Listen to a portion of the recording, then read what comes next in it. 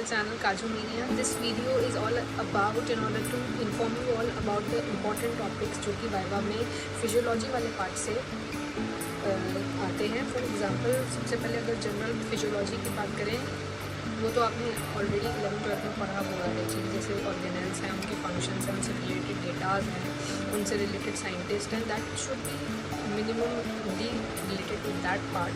और अगर general physiology में मेनली सेल से रिलेटेड कंटेंट्स और इशूज़ जैसे सेल इंजरी, अपॉप्टोसिस, डिफरेंट दो मार्क्स की जो लाइनिंग में जो डेफिनेशंस होती हैं वो आप वहाँ से पढ़ सकते हैं. उसके अलावा हिमाटोलॉजी वाला पार्ट बहुत ज़्यादा इंपॉर्टेंट है क्योंकि उसमें ब्लड का आपस along with data is some of the important thing along with PSR.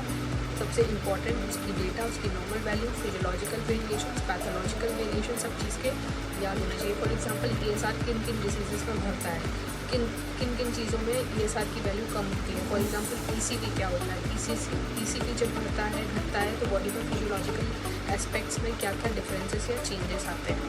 For example अगर बात करें हम उनसे रिलेटेड और टॉपिक्स की, जैसे WBCs के फंक्शंस क्या होते हैं, RBCs के फंक्शंस क्या होते हैं, along with platelets. One of the important topic and clotting factors. One of the important topic जिसमें आपको क्लॉटिंग फैक्टर्स इन सीक्वेंस याद होना चाहिए. Mechanism that was called as cascade mechanism.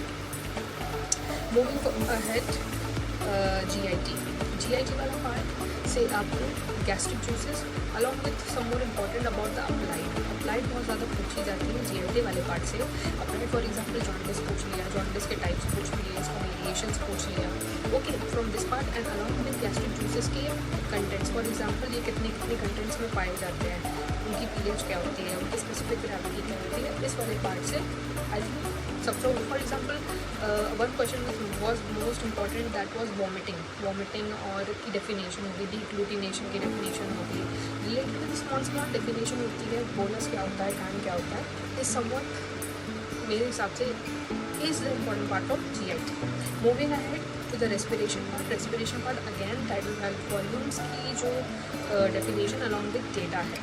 That should be clear from that part along with जो tracheobronchial system होता है. उसके बाद PFT पल्मोनरी फंक्शन टेस्ट की वैल्यूज़ अलॉन्ग विद आपको क्लियर होनी चाहिए. I think this is what is sufficient from this part. And if are having any query just text me on in the comment section. Please do like, share and comment. Subscribe this channel as soon as possible because it is going to become one of the best channel in order to provide you with information related to anatomy, physiology and pharmacy.